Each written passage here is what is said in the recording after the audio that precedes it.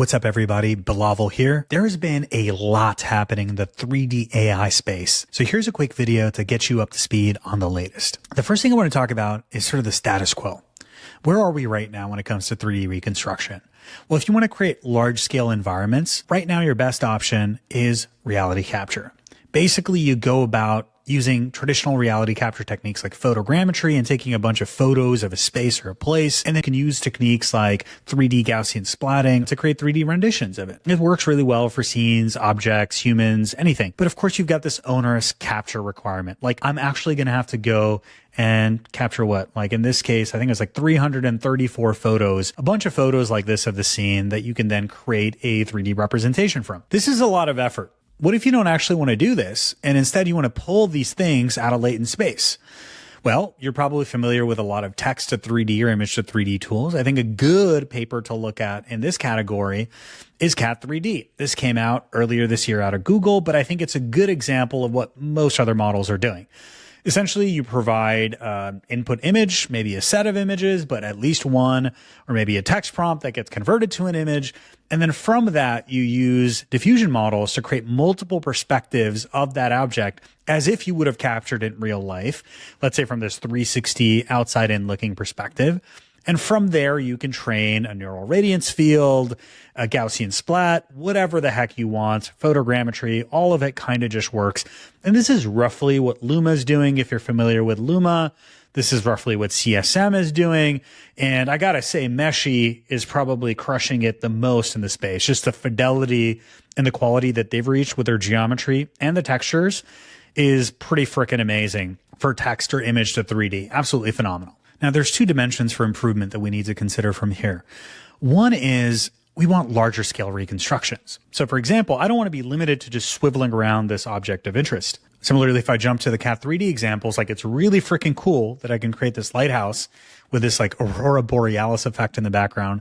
But again, I'm sort of limited to this orbiting perspective. And the same thing with all of these other objects too. Cool, but not cool enough. The other axis of improvement is dynamic elements. The world is not static, and we want to be able to model complex phenomena like fire, volumetric effects, people moving, water, wind, the trees, foliage, everything. All of the complexity of reality is very important to be modeled. Now, of course, traditionally to do this, you need a capture rig like this, a big ball of cameras of some kind.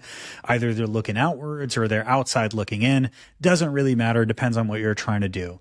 But you do this kind of capture of multiple perspectives, simultaneously capturing that dynamic subject matter so you can create something amazing in motion. But what if instead of needing to use this like complicated multi-camera capture array, you could use like a single camera, maybe two cameras, and pull out dynamic 3D scenes from latent space? Enter Cat4D. This is a new paper that just came out of Google this past week, and it's phenomenal. Now, as the name suggests, they're basically building on Cat3D, where in this case, you provided an input video. It could be live action or synthetically generated using whatever video generator you like.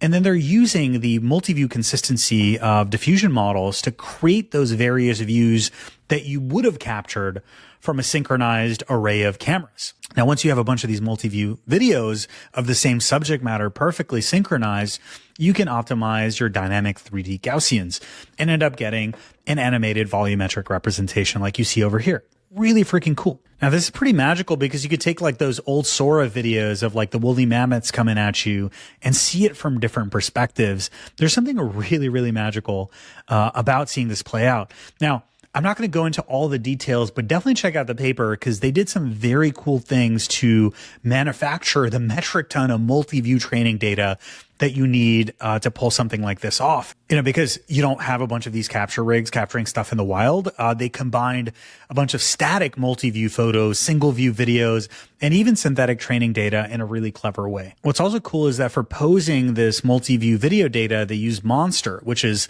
one of my favorite papers that came out this past year. I'm not going to go into the details, but that's another one you got to go check out. And I think this is so important because like if you tried posing this type of multi-view data with CalMap, I mean, it would be a pain in the ass. Now, what's really, really cool about this is that, you know, previous methods needed all this extra data. You needed depth maps, object maps, motion tracking.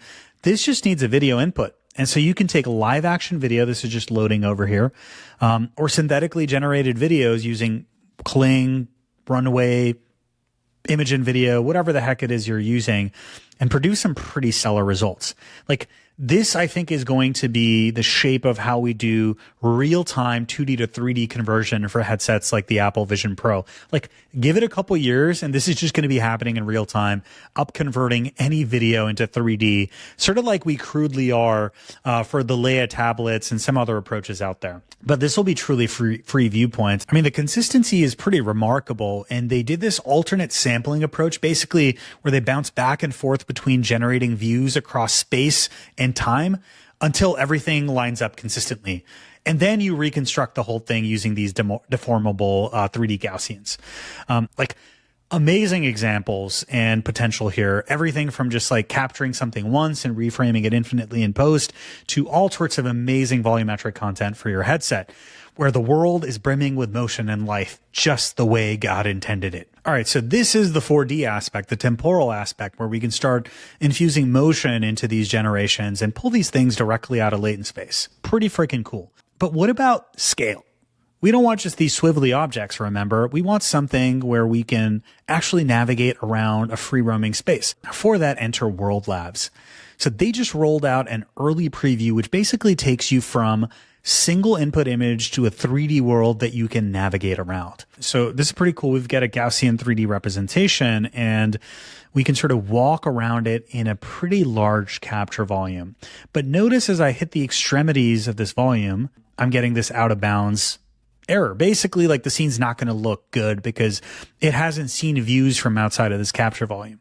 Essentially, we're reproducing what we used to do with live action footage. So like, if you remember the big ball of cameras that I just showed you over here, or even some of the older like Yi Halo Ringa cameras or something like that, you could do volumetric stuff with them, but you're limited within that volume that you've captured. You'd obviously need a larger and larger sphere if you want to do an extremely large volume size. But still, like, this is really freaking cool because from a single image, you're getting a representation that is very consistent as you look around. I barely notice any artifacts. Yeah, you've got enough to walk around it. I don't know if the depth is like real world accurate or anything like that. And there are some strange artifacts that you'll see here and there. But for the most part, wow, is this a huge step up from the status quo for environments, which is basically 360 skyboxes. Now, you've probably seen this with Blockade Labs. They're clearly the leader in the space right now, but they're limited to monocular 360 photos. It's like sort of like Street View, where it's just a single pano that you can kind of look around. I can't really move. Now, they've got this 3D mesh version, which lets you do some of the mesh creation. Let me show you over here.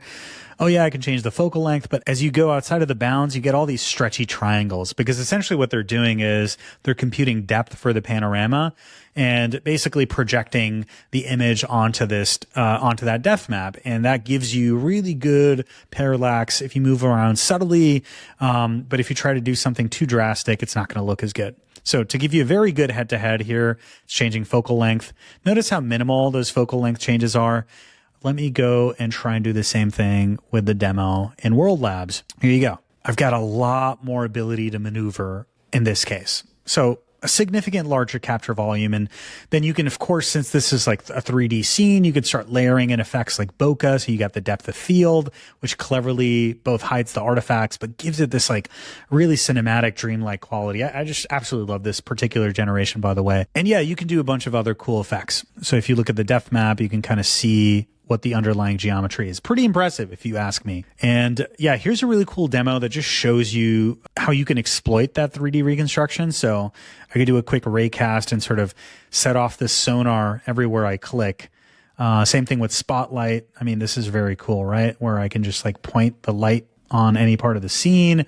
And suddenly, this is huge for creators because you can drop something into a game engine or a 3D tool, whatever the heck it is that you like using, and you've got one static, consistent environment from generation to generation. Now, they didn't really have a good example of showcasing what this could look like, but the homie 8BitE did create one video for them, which is super, super exciting, right over here, where they're like, okay, I want a character in this environment, so let me put a 3D character in this environment and not have to worry about the background violently changing. Now, of course, the capture volume is limited today, but the fact that you have explicit control of the camera is pretty freaking huge. I'm super excited to see where this goes. You want to do like background replacements, add your character to a different 3D scene entirely. You could do that. And the way you make that environment now is just a single image or a text prompt. Mind blowing. Now, what's cool is it's not just like the ability to move around this volume. You're also getting reflections, but everything's still static. What if you want both? You want large scale reconstructions, but you also want things to be dynamic and in motion. Well, for now, what World Lab says is, hey, just take that video and run it through Runway or whatever diffusion model of choice, and that'll sort of bring your scene to life. And that is absolutely true. But of course, you're changing the structure pretty drastically from what you had it. And suddenly you're going to lose some of those benefits of like multi-view consistency when you try to do multiple generations of that environment from different angles, for example, to get full coverage of your character. Now, even here, there's something pretty magical about being able to like step into iconic photos or paintings or memories, things like that.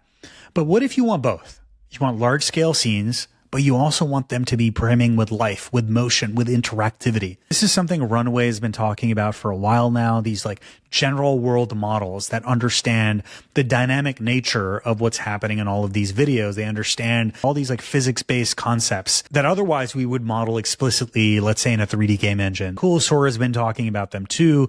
And there's a debate in academia about how much of a world model do these like video diffusion models essentially have. Now, we'll leave that debate to the academics, but today's paper really makes some compelling leaps. So basically what their paper can do is a bunch of cool things. You can take that same 2D concept art and suddenly end up with an interactive 3D world with like a dynamic character, everything. Like just imagine you're an artist that just spent a bunch of time making concept art and you want to give it like a little play test to see how it feels in 3D. Well, you hit a frickin' button and out comes this. And you can suddenly like walk around. Same thing over here, taking 2D images, getting large scale 3D worlds that you can like whiz around in, taking real photos and having the scene brimming with life. The water is moving, physical interactions, like you shoot something and it actually explodes. We've come across these weird accidents in a bunch of these video diffusion models where sometimes it kind of gets it, other times it doesn't. This is perhaps the most compelling set of examples that we've seen thus far. Now, there are some trade-offs. Right now, they can generate consistent videos up to about a minute, but these worlds already look way larger than what World Labs just showcased. And as I mentioned, these are dynamic 3D worlds. So you've got rippling water, moving foliage, the works. Now, this is cool because, you know, once you go look at something and then look back at it, it's not going to violently change, which is a huge problem with these diffusion models. Now, of course, the quality leaves a lot to be desired, but oh my God, this is the worst that it'll ever be. So not quite ready for prime time, but still very promising on two fronts. First is just rapid prototyping. Like if you're in game development, you've got some concept art, hit a button, suddenly you can walk around these worlds. Pretty friggin' magical if you ask me. But also providing theoretically unlimited diverse 3D environments for training and testing AI agents. So they actually tried doing this with SEMA, which is another agent model that Google DeepMind has developed. And basically you can give it tasks like, hey, open the blue door. And it goes and does that. Or open the red door. And it goes and does that, or walk behind this building, or walk behind this house over here. It goes about doing these things. It's pretty frickin' magical. So if you take all of these examples together, I think what's clear is that we're seeing this merger between sort of real-time and offline applications of this tech. Or as Jonathan Lai puts it, film and games will effectively merge. And this makes a ton of sense to me, right? Obviously, one of the activities competing for our attention, especially in the younger generation, is definitely interactive media, video games predominantly, but also third space, like interactive spaces that you spend a bunch of time in, Roblox, Minecraft, VR chat, things like that. And then, of course, you've got video platforms, right? Like OTTs like Netflix, and then you've got, of course, YouTube. Now, thus far, we've had this difference between video games and interactive video. Video games are all like pre-generated assets. Everything's deterministic and finite. We've had some procedural gameplay make waves, but largely it's kind of been crappy. And then you've got interactive video. Now, this stuff looked pretty crappy, even for this blog, which like, oh my God, it was like 2 or 3 months ago that I was giving John some feedback on the blog. It's like already advanced so frickin' much. So what we're seeing now is like some of these OpenAI Sora examples from Minecraft, but with far more control. And I think this is just a trend that's going to continue. Genie 1 came out in Feb 2024. It is now December 2024. We got Genie 2 and it's already a huge leap. That was like a 2D side-scrolling type video game to make it look impressive. Now we're into full 3D. As researchers keep pushing on this, I think all those high frequency details that are currently missing in the Genie generations will be back. I mean, you've seen this trajectory happen with image and video generation. The same thing is going to happen with interactive 3D. And this is pretty exciting, right? Because what this means is the next generation Pixar is not just going to create these interactive stories, but virtual worlds. I mean, already think about when ILM is working on the new Star Wars movie or whatever, the amount of blood, sweat, and tears that get poured into creating these immaculate worlds only for them to be seen for a few seconds on film. Like, so much of that content is throwaway. Now, of course, they're not building out the entire world, but now you can get the best of both worlds. Build out the stuff that actually matters, exert fine-grained control on that, and then lean on generative AI to kind of fill in the rest with a really good facsimile approximation that makes everything look cohesive. I think by combining old school and new school ways of development, we're going to get a whole new era of world building. So that perhaps brings us to a conclusion where Jensen has said that in the future, every pixel will be generated and not rendered. And I actually had a chance to ask him about this prediction at this past year's GTC. And the short version of his answer is that he thinks we're 5 to 8 years away from this happening. Honestly, that feels like a pretty tame prediction, looking at the progress that we're making. But I think the part that we haven't fully grappled with is how this is going to absolutely change the gaming and simulation industry. Now, of course, the big question everyone has is like, when can I play with this stuff? So it sounds like World Labs is super early right now. All the Google stuff is, of course, closed down. There's no code releases. But given how China has been catching up to both LLMs on the closed source side and video models on the closed source side, I would not be surprised if some Chinese startup or lab basically reproduces these capabilities and gifts it to the world, just like Tencent did with their 13 billion parameter Hunyan model. All right, that's it for this video. Let me know if you enjoy this format. This was fun to try. I just threw up a bunch of tabs and talked through them, no scripting. So if this format resonates with you and you find it helpful, I will probably do a lot more of these because quite frankly, they're easier and funner to produce. On that note, get in touch if you have any questions. Otherwise, Bilawal signing off, and I will see y'all in the next one.